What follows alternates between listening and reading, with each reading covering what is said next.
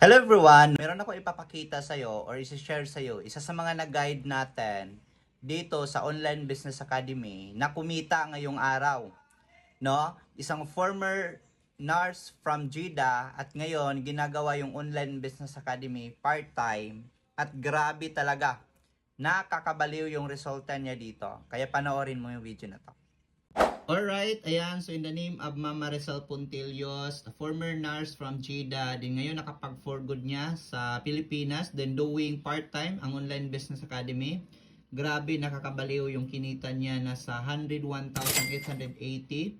So titingnan natin kung magkano yung idagdag. Ayan, so refresh lang natin.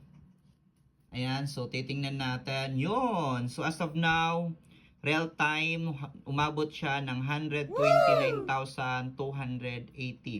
So, available balance to be in cash. Grabe! Kaya kung nagtatanong ka at meron ba talagang kumikita dito sa OBA or Online Business Academy, isa lang yun sa patunay natin na meron talagang kumikita dito. So, kaya kung interesado ka, kung kagaya ka ni Ma'am Sel na isang OFW na nagtatrabaho pero hanggang ngayon wala ka pa ding naiipon, maybe para sa yung video na to. Kung empleyado ka rin or professionals na nandito sa Pilipinas, di naghanap ka na pwede mo pakitaan during sa mga bakanting oras mo, pwede mo subukan ng Online Business Academy.